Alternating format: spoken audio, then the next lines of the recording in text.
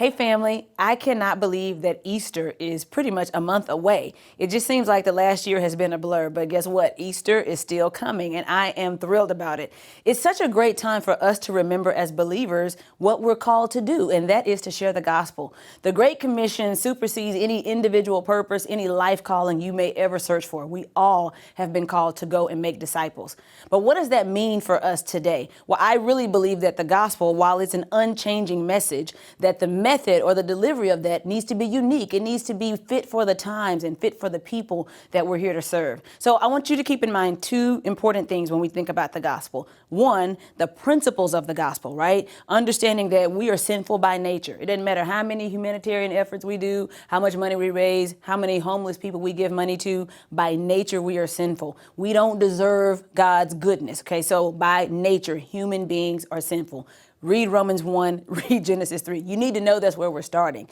That reveals our sin. That's what the gospel does. Reveal. That's our first word. Reveals our sin. Number two, the gospel shows us that we need to recognize our own sinfulness and therefore surrender. So once you know you're sinful, once you know that on your best day you're not getting into heaven and you're still not worthy of God's favor, then you say, I need to surrender. And what am I surrendering to? Well, that's my third thing. I'm surrendering to his plan of salvation. So I know that the gospel reveals my sin. I know that it shows me I need to recognize my own surrender. And then I respond by choosing salvation. So I choose salvation when I understand that by nature I have no chance at standing in God's favor. I choose salvation when I understand that God had a plan for me. He knew that I would not meet his standard, but he gave us a rescue plan that we could never have come up with on our own.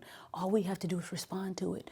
Romans 10 says we confess it, we believe it with everything that we are. It's not just a prayer you pray. It's not just a journey to the altar. It's not just a youth camp experience. It is a change of heart. It's a repentance. It's a submission to God and a complete surrender to Jesus as Lord. And lastly, then we walk in renewed life with sanctification. Once I choose salvation, once I completely surrender and submit to the Lord, then my life must be different. There must be fruit of the Spirit. There must be evidence that God resides in me. I must pursue righteousness. But then I'm pursuing righteousness, not for salvation, but from salvation. I'm doing it because I already have good standing with God. Now I'm just living holy because I love God. The principles of the gospel are critical. Now, what you really need to think about as well is the presentation of the gospel. So knowing that truth is important, but knowing how to apply the truth is important too.